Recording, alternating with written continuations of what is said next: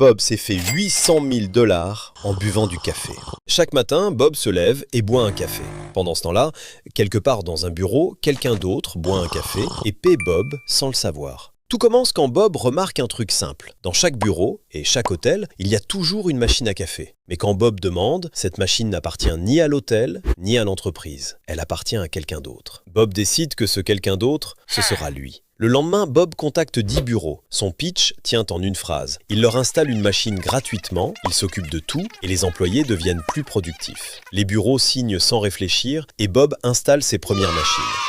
Le premier mois, Bob a un gros problème. Un bureau refuse de payer ce qu'il doit à Bob en contestant les chiffres. Bob perd 1 200 $ d'un coup. Bob est furieux, mais Bob décide de la jouer fine. Le lendemain, il installe des compteurs connectés sur chacune de ses machines. Donc, chaque café vendu est enregistré en temps réel sur le téléphone de Bob, ce qui fait qu'il réduit la marge des contestations à 0. Le directeur du bureau devient furieux, car maintenant, il ne peut plus arnaquer Bob. Bob fait ses calculs. Il sait que 50 personnes par bureau boivent 2 cafés par jour à 1,50 $. Chaque machine génère 150 $ par jour et donc 4 500 $ par mois et par machine. Les capsules coûtent 100 $ aux grossistes et sont revendues 1,50 $. Le gain est de 1400%. 8 mois plus tard, Bob regarde son compte. Les 10 machines ont généré 45 000 $ de cash flow net. Mais Bob ne touche pas à cet argent car il l'utilise pour installer 20 nouvelles machines dans 20 nouveaux bureaux. Une personne normale économiserait pendant des années pour investir. Mais Bob, lui, a investi pour ne plus jamais avoir à économiser. Désormais, Bob dispose de 30 machines à café, ce qui lui rapporte 132 000 $ net par mois après déduction des capsules. Dorénavant, il y a 30 entreprises qui travaillent pour Bob. Et Bob, lui,